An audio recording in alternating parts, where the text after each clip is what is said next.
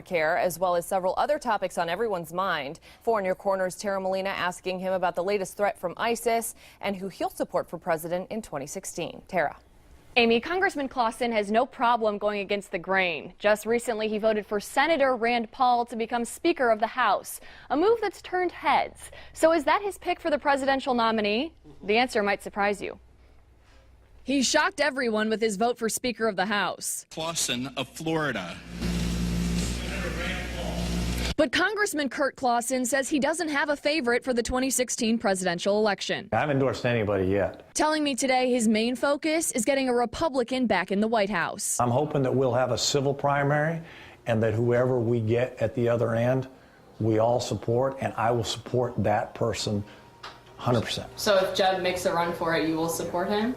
Well, after whoever wins the presidential primary, of course, I will support unequivocally the Republican nominee for president. Regardless of who it is? As long as it's a Republican. Cut and dry. And so are his thoughts on the terror group ISIS. We are going to degrade and ultimately destroy this terrorist group. President Obama recently asked Congress to authorize military force against ISIS, allowing the military to go after the group even outside the battlefields of Iraq and Syria.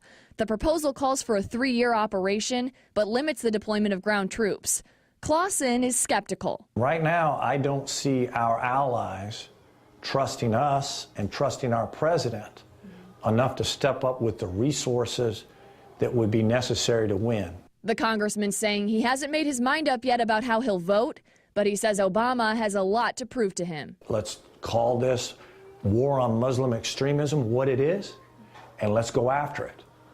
But if he's not willing to really step into that leadership role and get our allies on board with us, then I'm not going to support it.